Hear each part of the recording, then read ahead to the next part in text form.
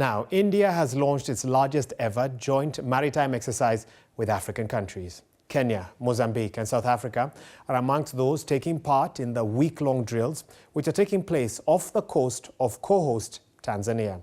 Now, the aim is to strengthen maritime cooperation on issues such as counter-piracy and disaster relief. For India, this is about projecting power and partnership, especially as China deepens its military and economic footprint across Africa. So what does this mean for regional security and India's strategic aims on the continent? Well, let's explore that now. And I'm joined in studio by Dr. Nicodemus Minde from the Institute for Security Studies. Dr. Minde, welcome to the program. So, I mean, is it about strengthening ties with Africa for India, or is it about sending a message to global rivals like China, about regional security? What do you think is in it for India?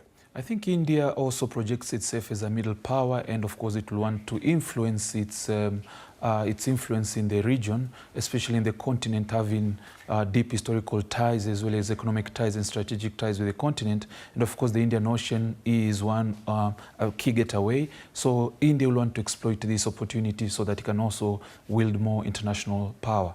I mean, the Indian Ocean is a platform for all of this. What are some of the common threats that have been witnessed on the Indian Ocean, and will exercises like these help in, countering them? For sure. One of them is, of course, illegal fishing, piracy off the coast of Somalia, and such military exercises, joint military or joint naval exchanges, will really help to curb some of these threats that are emanating from the Indian Ocean. Well, we've had, some thoughts on what India could be looking at, their motivation in all this. But what's happening in regards to the African nations that have agreed to be a part of this? Do they actually get to shape the agenda?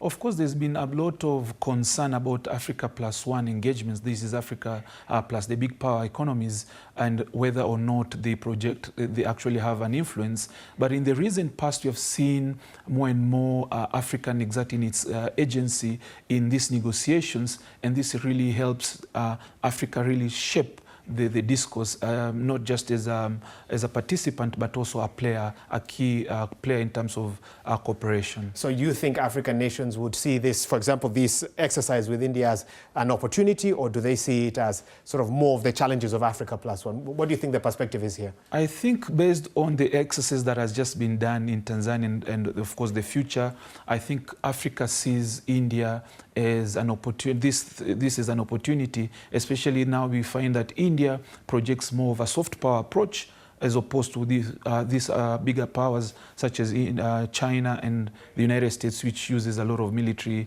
and hard power. I mean, I think about a year ago, there was a different exercise led by China as well. We've also seen China build a naval base in Djibouti. How does, India's growing military engagement in Africa compare? And what are you seeing on that spectrum with other countries? Who else, would be interested in being a part of these regional security efforts? If you compare India with other big powers such as China, the United States, Russia, in their military presence in Africa, for India it's quite minuscule, it's small, but I think there's a growth in terms of their military presence, in terms of maritime security, so that they can be able to really enhance regional security and cooperation, especially around the issue of piracy and illegal fishing. I think since the start of 2024, there were growing concerns about piracy around the Indian Ocean and other parts of the continent as well. What are some of the trends we are seeing in 2025? And are exercises like these helping to potentially push back against a resurgence in piracy? For sure. In fact, statistics show that about 15 ships have actually been intercepted through this India-Africa cooperation.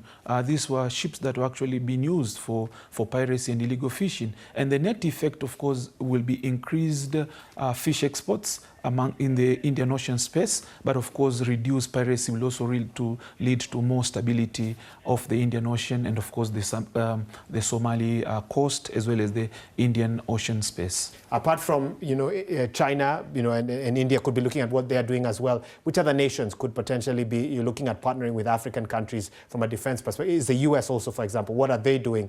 And anyone else that may come to mind? If you look at the whole coastal, the Indian coastal area, many big powers are still there. For example, there's China, there's the United States, and of course now there is India coming up. And I see more potential mid-range powers such as Turkey, which is heavily involved also in Somalia. So you can see mid-range as well as big powers getting a lot of influence enhancing more cooperation of the Indian Ocean coast. Dr. Nicodemus Minde, thank you so much for speaking with us from the Institute for Security Studies, joining us here in studio.